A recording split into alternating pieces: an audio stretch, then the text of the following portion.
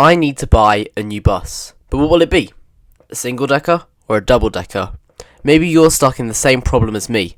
So, in this video I'm going to go through 4 different comparisons, single decker or double decker, and we'll see which side comes on top of the 2 types. Let's start off with some right bus, the street light or the street deck. Street light is up first, costing 3,000 points. This bus was added to Croydon Coach in 2023, but it's been around on company buses for a little while now. I do really like this bus and was excited for it to come to the main game since the sneak peek showing it was revealed before version 1.3. It has a really nice interior and exterior. I find this bus really cool, but let's see how it matches up against its double decker partner. The street deck is also a really cool bus. I love the shapes at the front and the interior as well. It is just as thoroughly thought out, despite being added earlier than the streetlight was. Unfortunately for the street deck, I think the streetlight is a lovely design, and it wins this round. The score is now 1-0 to the single decker buses. Next we're moving on to a more interesting comparison. This is the first of many ADL rounds, so let's start with the Enviro 200 or the Enviro 400.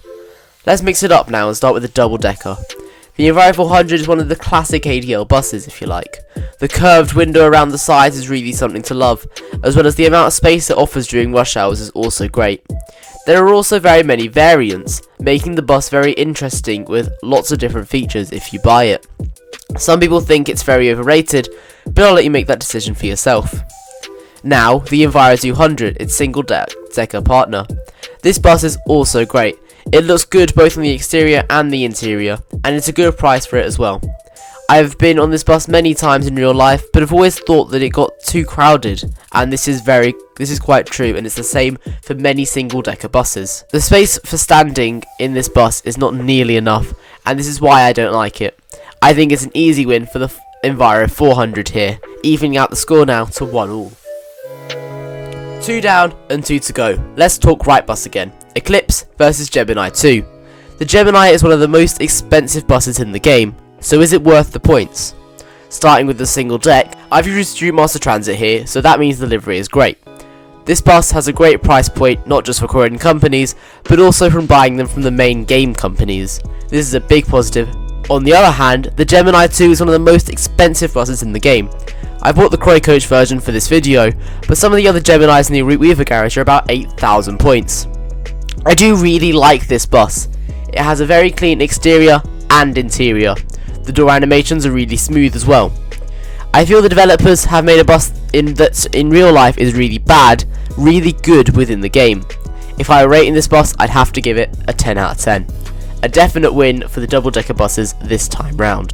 And finally, the final round. Back to ADL, the Enviro 200 MMC or the Enviro 400 MMC. Well, the Enviro 200 MMC is a really nice modern model, but so is the Enviro 400 MMC, so which one's the best? I personally really like both of them. The Enviro 200 MMC has a really nice exterior, and I personally prefer these shapes against the 400 MMC.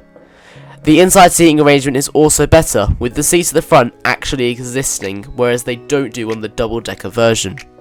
On the other hand, the Enviro 400 MMC is a much less cramped experience. The bus has a lot more space, not just with another deck, but making more space for standing downstairs as well. I think that the double deckers win at this point, making the final score 3-1. So, now you know which bus is most suited to your preferences. Of course you have to consider that some single decker buses might be more suited for certain routes, where double decker buses might not work. This is all my opinion, and I'd really like to know what you think down below in the comments. If you want to know what the best single decker buses are, you can click on that video now in the top left hand corner. Thanks for watching, and I'll see you in the next video.